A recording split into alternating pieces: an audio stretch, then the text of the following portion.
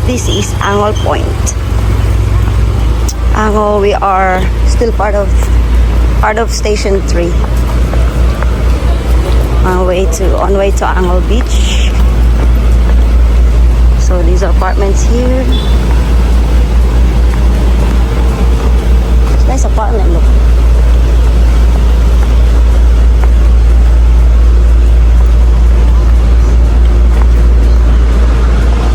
Hi there. Welcome to Boracay.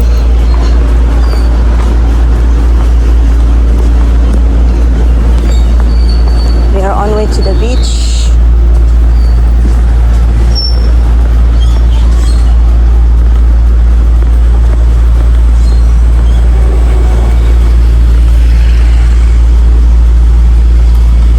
So if you are staying in Station 3, you have to access. It's here and the one that we walked earlier.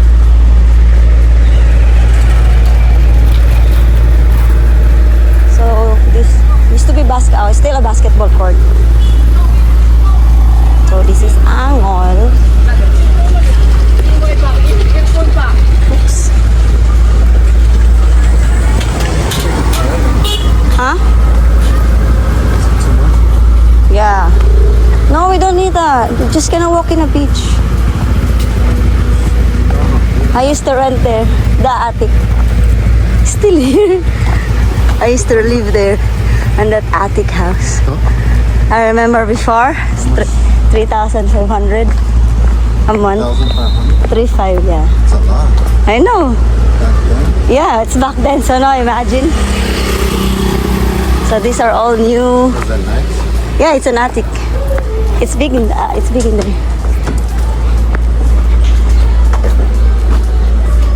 I like this location.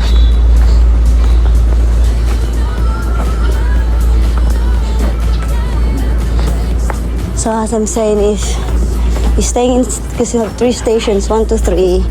If you stay in Station 3, 2 options. You walk here or the other one, on the main road.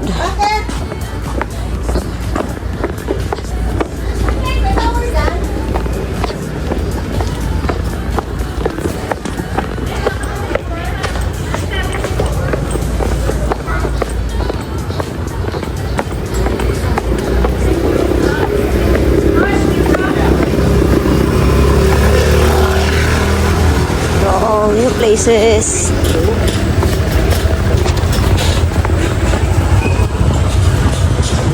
Property for sale. Here.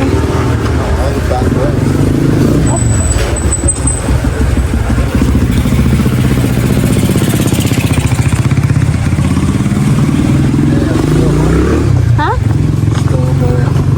Yeah, we can eat there. There are restaurants there too. Oh, we'll pass by some Japanese place. You'll see my ex-place. I'll show you. We'll pass by from here to Japanese place. It's a restaurant. Then dive shop and resort. Yun! Dapat yan ang nasa sa yan mo na. Akin na galing madali sa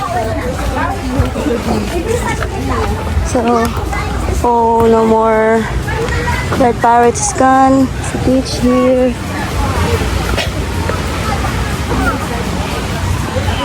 Go.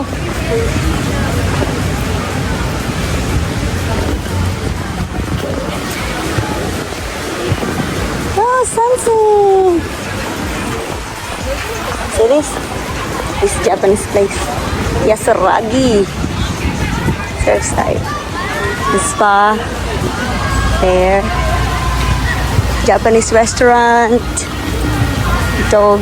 Look at the sunset. You go walk there. 247. My God.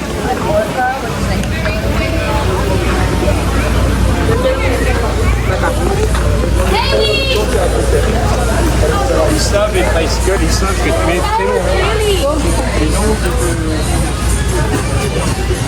Honey, Thai food. Here. Thai food.